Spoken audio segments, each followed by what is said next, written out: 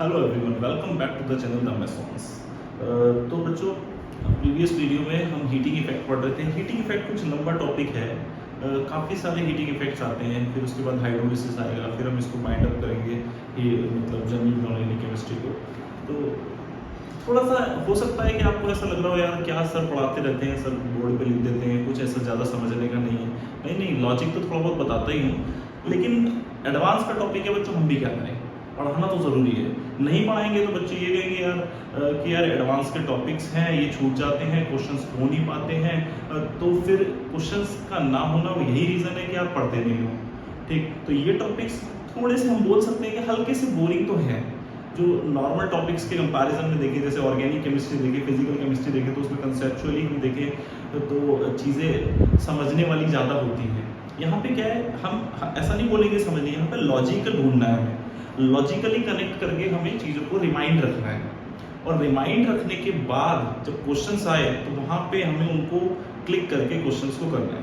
तो इसलिए बड़ी इंपॉर्टेंट हो जाती हैं चीज़ें। ठीक है, तो स्टार्ट करते हैं बच्चों। हीटिंग इफेक्ट्स को आगे बढ़ाते हैं। प्रीवियस वीडियो आपने देखी होगी, तो प्रीवियस वीडियोस अगर नहीं देखी है तो वो भी जाके देखिए, उनके कंसेप्ट्स भी आगे इन वीडियोस में लगेंगे।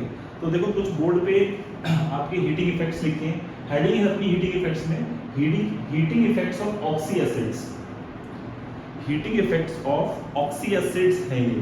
तो ऑक्सी एसिड सभी को पता है बच्चों, ऑक्सीजन जिसमें होता है, एसिड जिसमें ऑक्सीजन होता है, नॉन मेटल के साथ लिए जाएं तो ठीक है, वो ऑक्सी एसिड्स होते हैं। For example sulphuric acid, phosphoric acid, phosphorous acid, pyrophosphorous acid, ये तमाम क्या है, ये सब ऑक्सी एसिड्स हैं। ठीक, तो ऑक्सी एसिड्स का हीटिंग इफेक्ट भी काफ़ी इंपॉर्टेंट हो जाता है, और जितनी बातें मैं बोर्ड पे लिखता हूँ वो सभी इंपॉर्टेंट होती हैं। बिना इंपॉर्टेंट वाली बात मैं बोर्ड पे लिखता ही नहीं हूँ। ठीक है, इन बोर्ड पे लिखी हुई इंपॉर्टेंट बातों में कुछ वेरी इंपॉर्टेंट बातें होती हैं, मैं बोलता हूँ कि उनको ज़्यादा से ज़्यादा याद रखें। ठीक है, अदरवाइज तो ये जितनी भी बातें बोर्ड पे पढ़ाई जा रही हैं उन सभी बातों को ध्यान में रखें, क्वेश्चन कहीं से भी आ सकता है। ठीक है बच्चों, तो H3PO4 को हम बोलते हैं फॉस्फोरिक एसिड। तो फॉस्फोरिक एसिड को हीट करते हैं तो H4P2O7 बनता है। ठीक है, ध्यान रखना, फॉस्फोरिक एसिड को हम हीट करते हैं तो H4P2O7 बनता है, और फर्दर हीट करते हैं तो यहाँ पे जो कंपाउंड बनता है वो पॉलीमेटाफॉस्फोरिक एसिड बनता है, HPO3 का होल एन। ये कंपाउंड इंपॉर्टेंट है, पॉलीमेटाफॉस्फोरिक एसिड। ठीक है, यहाँ तक बच्चे को याद रहता है, लेकिन कई बार ये ऑप्शन में आता है तो बच्चा सोचता है ये तो कभी देखा ही नहीं। ठीक, तो हमें ध्यान रखना है HPO3 का होल एन पॉलीमेटाफॉस्फोरिक एसिड बनता है। एंड दिस पॉलीमेटाफॉस्फोरिक एसिड, ये इसको फर्दर हीट करेंगे तो ये बनता है फॉस्फोरस का ऑक्साइड बनता है, फॉस्फोरस का ऑक्साइड P4O10। जब हम ब्लॉक केमिस्ट्री पढ़ते हैं तो P4O10 के स्ट्रक्चर भी बताते हैं, यहाँ पे भी बता सकते हैं, लेकिन यहाँ पे कोई जरूरत नहीं है। यहाँ पे हम रिएक्शंस और हीटिंग इफेक्ट की बातें कर रहे हैं, तो टॉपिक से भटकना नहीं है। ठीक, हम हीटिंग इफेक्ट की बात कर रहे हैं। तो क्या समझे बच्चों, इससे ये बना, इसको फर्दर हीट करके क्या बनता है, HPO3 का होल एन। नोट करते रहो सभी बच्चे। फिर इसको बोलते हैं पॉलीमेटाफॉस्फोरिक एसिड। ठीक, और इसको फर्दर हीट करेंगे तो फाइनल प्रोडक्ट अगर देखें तो P4O10 आता है।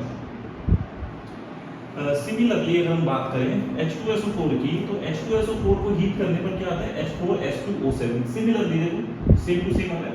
इसको बोलते हैं पायरोसल्फ्यूरिक एसिड। पायरोसल्फ्यूरिक एसिड, इसको हम पायरोफॉस्फोरिक एसिड बोल सकते थे बच्चों। ठीक है, इसको हम बोलेंगे पायरोसल्फ्यूरिक एसिड। अब यहाँ पे ये रिएक्शन रुक जाती है, लेकिन अगर हम टेम्परेचर को 800 से ऊपर कर दे तो sulphur dioxide and oxygen gas will be evolved. Sulfur dioxide and oxygen gas will be evolved if the temperature raised to more than 800 degree centigrade. Is it clear? बहुत बढ़िया। तो ये बेसिक पॉइंट्स हैं, जो ये जो जैसा पॉइंट है ये याद रखना है आपको। अच्छा, ये दो तो एसिड्स हो गए जिनसे एसिड ही बन रहे हैं, जैसे ये भी एसिड ही बना, इसका भी एसिड ही बना। ठीक, लास्ट में जाके एनहाइड्राइड बनता है। तो मैं क्या बोलना चाह रहा हूँ कि जब भी आप किसी ऑक्सी एसिड्स को हीट करते हो तो 90% से ऊपर केस है कि लास्ट में जाके एनहाइड्राइड बन जाता है, या फिर ऑक्साइड बन जाता है मेटल का लास्ट में जाके। तो देखो, यहां से जब लास्ट में गए तो मेटल का ऑक्साइड बना, बोलो फॉस्फोरस का ऑक्साइड बन रहा है। ये एक छोटा सा लॉजिक है, लॉजिक समझ सकते हो कि जब भी किसी हीटिंग इफेक्ट में ऑक्सी एसिड को हीट किया जाता है तो finally at the end we get the oxide of non metal. जो भी फास्फोरस है। सिमिलरली सल्फर हीट कर ये बना and after that more heating is required then oxide of sulphur is form, ठीक है, सल्फर डाइऑक्साइड, इस सल्फर का ऑक्साइड बन गया।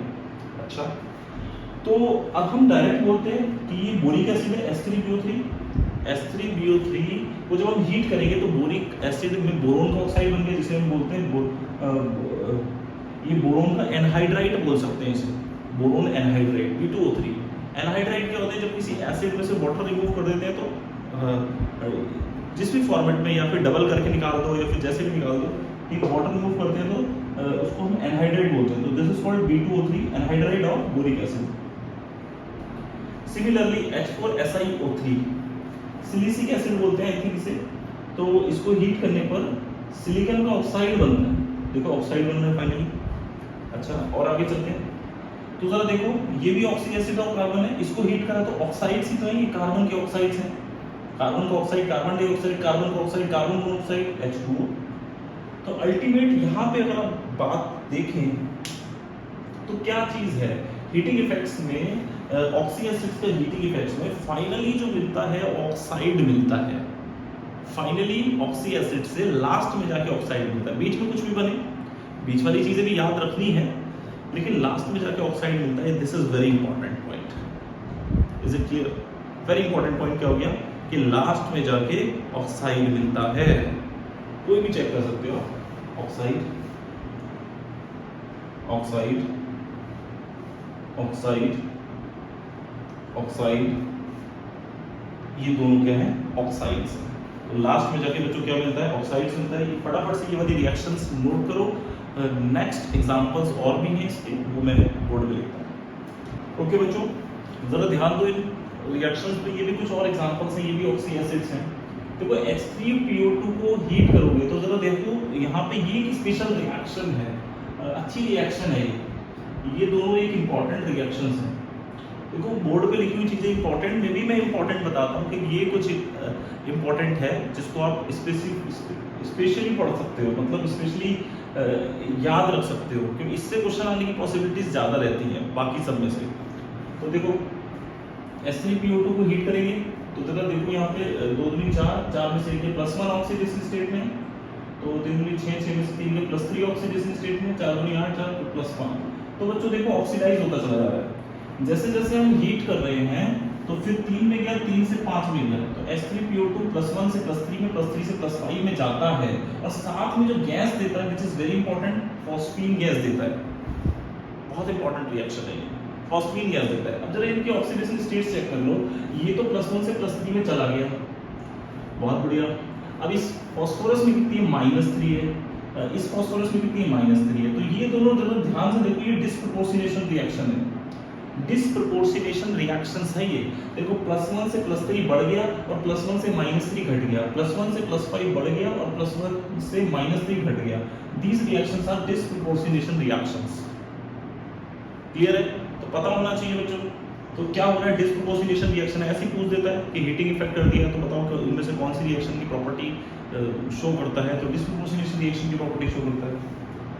इसमें देख सकते हो सिमिलरली ये है नाइट्रस एसिड HNO2, तो HNO2 यहाँ पे अगर ऑक्सीडेशन स्टेट देखें तो 2 दूनी 4, 4 में से एक गया, +3 ऑक्सीडेशन स्टेट में है, तो +3 में जरा देखो यहाँ पे 3 दूनी 6 में से +5 ऑक्सीडेशन स्टेट में है, +5 में है, ऑक्सीजन ज्यादा इलेक्ट्रोनेगेटिव है, ऑक्सीजन ज्यादा इलेक्ट्रोनेगेटिव है, तो यहाँ पे +2 ऑक्सीडेशन स्टेट में आ गया। तो जरा देखो बच्चों, ये भी एक अच्छी रिएक्शन है, HNO2 को वार्म कर दिया, हल्का सा हीट कर दिया, तो HNO3 की गैस निकली, वेपर्स निकली, और NO की वेपर्स निकली और वाटर निकला, मतलब वाटर फॉर्म हुआ। तो ध्यान रखना ये रिएक्शन भी बहुत इंपॉर्टेंट रहती है, HNO3 प्लस NO की वेपर्स NO निकलता है। तो कहने का मतलब ये है, ये भी एक डिस्प्रोपोर्शनेशन रिएक्शन है, अगर आप ध्यान से देखो तो ये भी एक डिस्प्रोपोर्शनेशन रिएक्शन है, +3 से +5 बन गया और +3 से +2 बन गया, तो एक तरफ तो बढ़ गया और एक तरफ घट भी गया। सेम एलिमेंट का घटना बढ़ना जब होता है तो वो डिस्प्रोपोर्शनेशन रिएक्शन होती है। सिमिलरली H2SO3 को भी हीट करोगे तो यहाँ पे H2 और SO2 की गैस निकलेगी, तो यहाँ पे देख सकते हो 3 दूनी 6, 6 में से 2 गया 4 +4, और यहाँ पे 2 दूनी 4 +4, मतलब यहाँ पे कोई डिस्प्रोपोर्शनेशन रिएक्शन नहीं मिली। तो क्या समझे बच्चों, कि फास्फोरस और नाइट्रोजन के केस में नाइट्रस एसिड और H3PO2 के केस में हमें डिस्प्रोपोर्शनेशन रिएक्शन देखने को मिलती है। तो H3PO2 के केस में हमें फॉस्फीन गैस मिलती है और HNO2 के केस में हमें NO गैस और HNO3 की गैस वेपर्स मिलती है, मतलब ठीक है।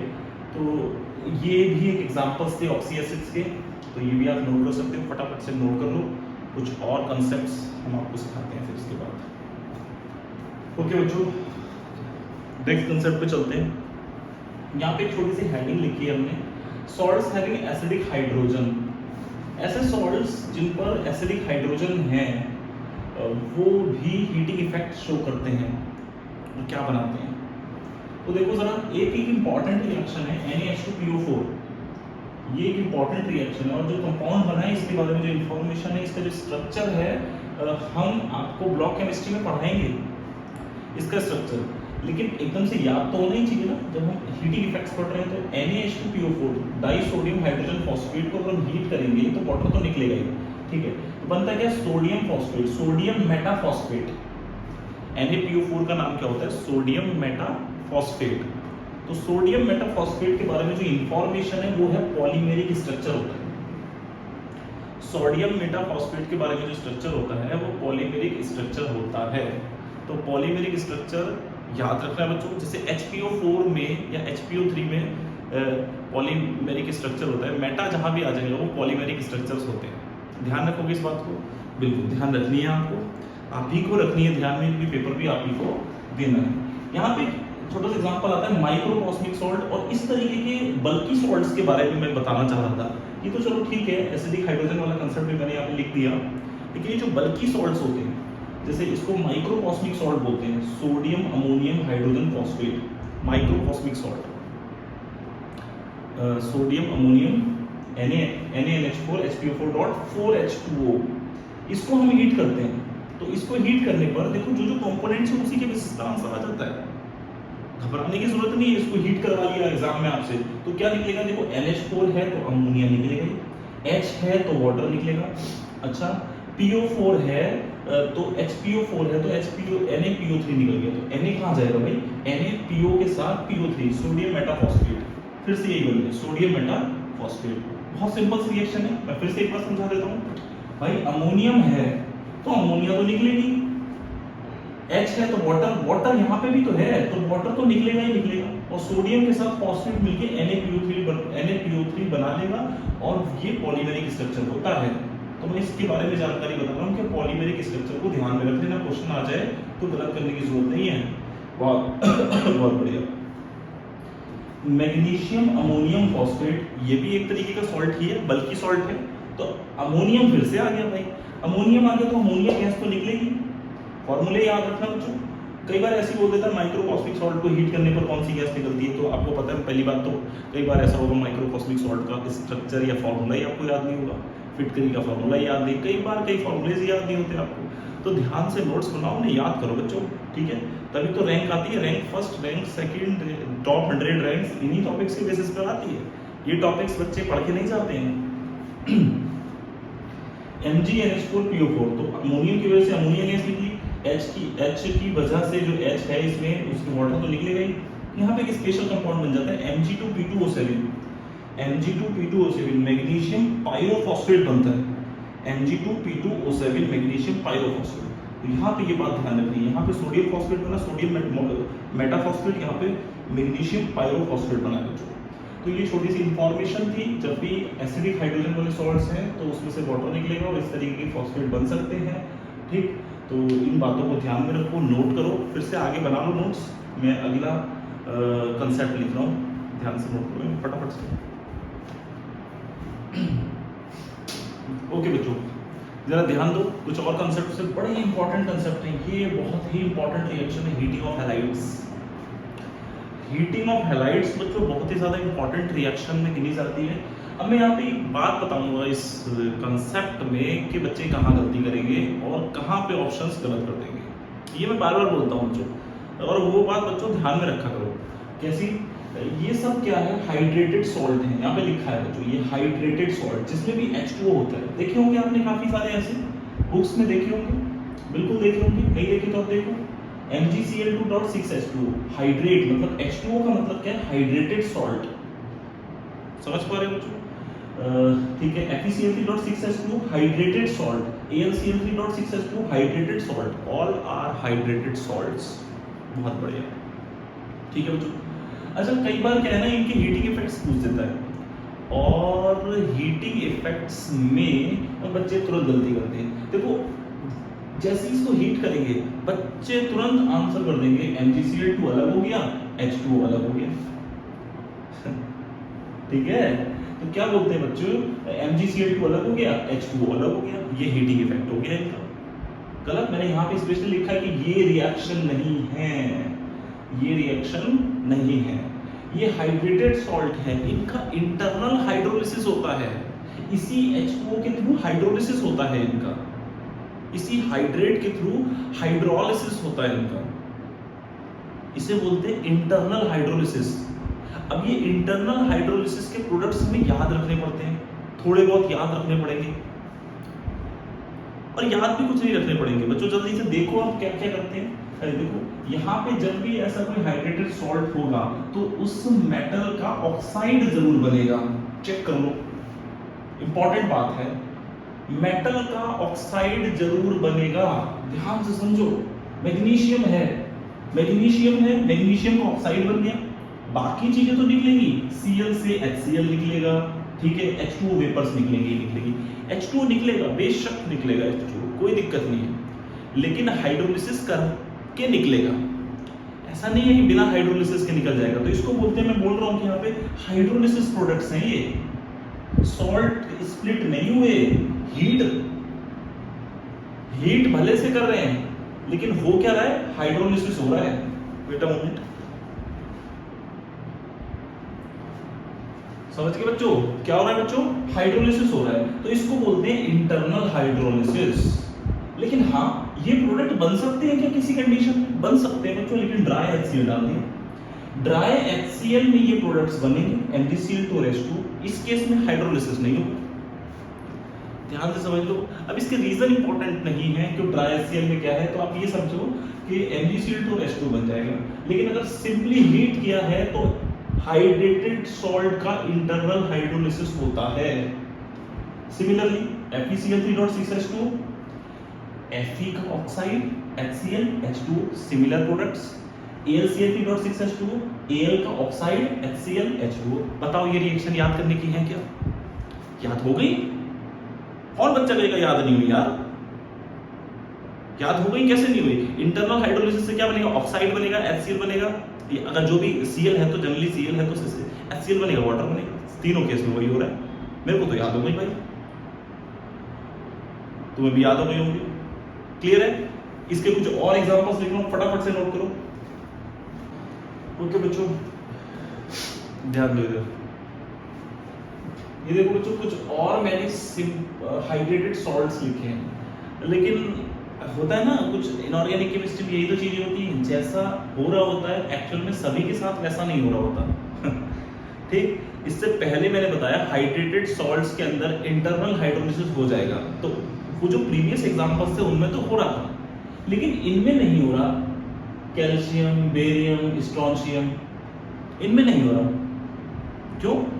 क्योंकि भाई हाइड्रोलिसिस कोवलेंट कंपाउंड का होता है, आयनिक कंपाउंड का नहीं होता, आयनिक कंपाउंड का हाइड्रेशन होता है।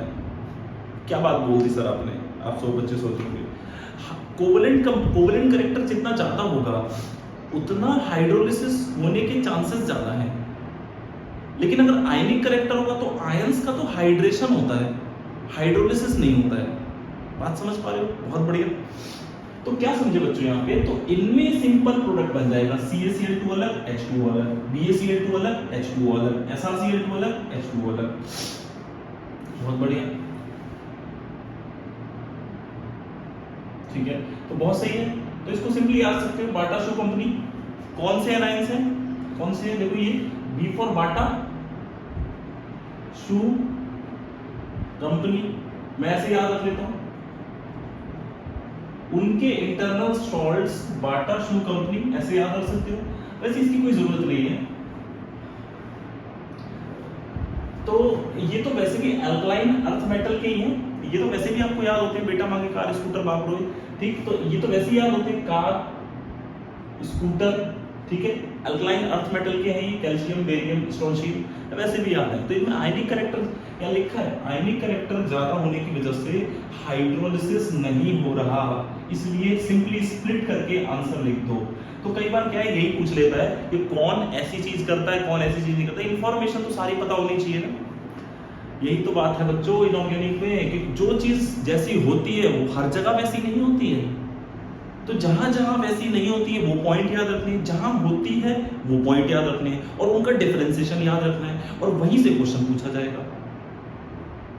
समझ पाए बच्चों, यही तो है स्मार्ट स्टडी कि कैसे बच्चे क्या समझे, जहां पे जो चीज हो रही है उसे याद रखना है, और वो चीज जहां पे नहीं हो रही उसे याद रखना है, और उनका डिफरेंशिएशन में क्या फर्क है, क्या रीजन है, उनको ध्यान में रखना है। तब बच्चों क्लियर आंसर आप लगा पाओगे, नहीं तो क्या है, वही तुक्केबाजी होगी, तुक्केबाजी में गलत होंगे और रैंक गिरेगी। क्लियर है? और देखो, अच्छा सिंपल क्लोराइड्स देख लो, सिंपल क्लोराइड्स का हीटिंग इफेक्ट चेक कर लेते हैं। तो सिंपल क्लोराइड्स में देखो ये +3 में है, ये देख लो ये किसमें, ये +2 में है, तो ये ऑक्सीडेशन स्टेट क्या है, ये अपने निचले ऑक्साइड, निचले क्लोराइड में चले जाएंगे, FeCl3 FeCl2 में चला जाएगा, Hg2Cl2 की दूसरी फॉर्म HgCl2 होती है, उसमें चला जाएगा, Pb+4 है तो +2 में चला जाएगा, +2 में चला जाएगा, PbCl4 PbCl2 में। ये तो एक बेसिक सी रिएक्शन है, ये इतनी खास कोई इंपॉर्टेंट नहीं है, ये बात याद रखना जो ऊपर वाली है, फिर भी मैंने ये लिख दी है, कोई दिक्कत नहीं है, I think it is clear, ये बात समझ में आ गई होगी आपको, ये नोट करो फटाफट से। ओके बच्चों, ये कुछ जनरल सी रिएक्शन है, इनमें कोई कंसेप्ट ज़्यादा कुछ है नहीं खास, तो इन रिएक्शन को जस्ट मैंने लिख दिया है कि आप अपनी कॉपी पे नोट तो कर लें बच्चे, जितने बच्चे इन रिएक्शंस को अपनी कॉपी में नोट कर लो। तो K2Cr2O7 है, तो K2Cr2O7 है, पहले K2CrO4 बनता है, ये ऑरेंज कलर का होता है, सभी को पता है, ORANG ऑरेंज कलर का होता है, Cr2O3 ग्रीन कलर का दे देता है, ग्रीन कलर का ऑक्सीजन मिलती है, KMnO4 K2MnO4 में चला जाता है, पोटेशियम परमैंगनेट से पोटेशियम मैग्नेट में चला जाता है, MnO2+O2 देता है। देखो these two reactions लगभग सिमिलर है, ठीक, सभी में देखो कि ये बन गया, उसके बाद उनके ऑक्साइड्स बन गए, फिर ऑक्सीजन गैस निकल गई। इनको देख लो, इनमें दो रिएक्शंस ये तो बहुत सिमिलर है, पहले करा दी है, दोबारा लिख दिया है, तो ये पहले बता चुका हूँ। कहीं भी मरकरी देखो, सिल्वर देखो, गोल्ड देखो, उनके ऑक्साइड्स को हीट करोगे तो उन्हीं का मेटल मिल जाता है। इन रिएक्शन को बार बार मैं एक्सप्लेन नहीं कर पा रहा, मतलब करूँगा नहीं, क्योंकि ये पहले ही बता चुका हूँ आपको। इनके देखो 4 में है, 2 में चला गया, घट गई ऑक्सीडेशन स्टेट हीट करने पर।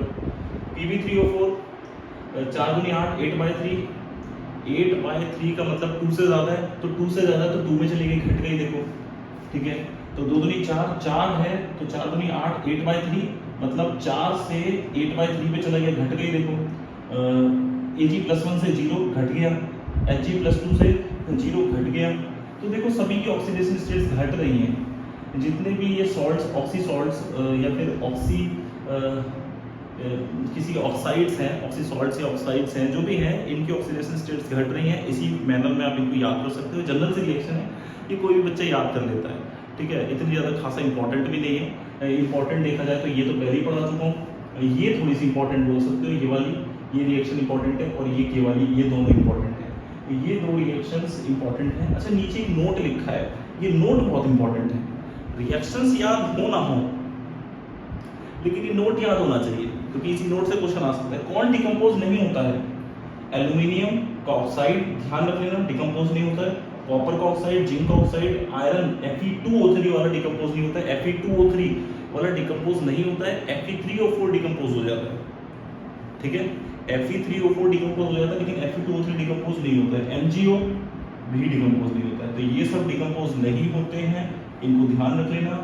और ये जनरल से रिएक्शंस हैं, तो इस लेक्चर में बस इतना ही पढ़ाएंगे, उसके बाद नेक्स्ट आगे चलेंगे, हाइड्रोलिसिस स्टार्ट करेंगे। अब हीटिंग इफेक्ट आई थिंक खत्म हो चुका है। हीटिंग इफेक्ट की वीडियो बच्चों ये लास्ट थी। हीटिंग इफेक्ट के बाद जो सबसे इंपॉर्टेंट चीज़ अब जनरल इनऑर्गेनिक केमिस्ट्री में आएगी वो आएगी हाइड्रोलिसिस। ये हाइड्रोलिसिस जो आप पढ़ोगे वो block chemistry, D and F block सभी जगह आपका काम देगा। नेक्स्ट वीडियो हाइड्रोलिसिस पे होने वाली है। तो बच्चों इतनी general organic chemistry I think आपको समझ में आ रही होगी। आपको ऐसा लग रहा है कि सर ये क्या पढ़ा रहे हैं, नहीं, इसका इस्तेमाल है। अगर कोई बच्चा सीरियसली पढ़ेगा तो उसको पता चलेगा जब वो क्वेश्चंस करेगा। वाकई में जो ये एडवांस का जो प्रिपरेशन कर रहा है उसके लिए बड़ी लाभदायक है ये वीडियोस। ठीक है, ऐसे ही कोई देख के चला जाए हर किसी के लिए इम्पोर्टेंट नहीं है। जो वास्तव में पढ़ना चाह रहा है सिर्फ उसी के लिए इम्पोर्टेंट है।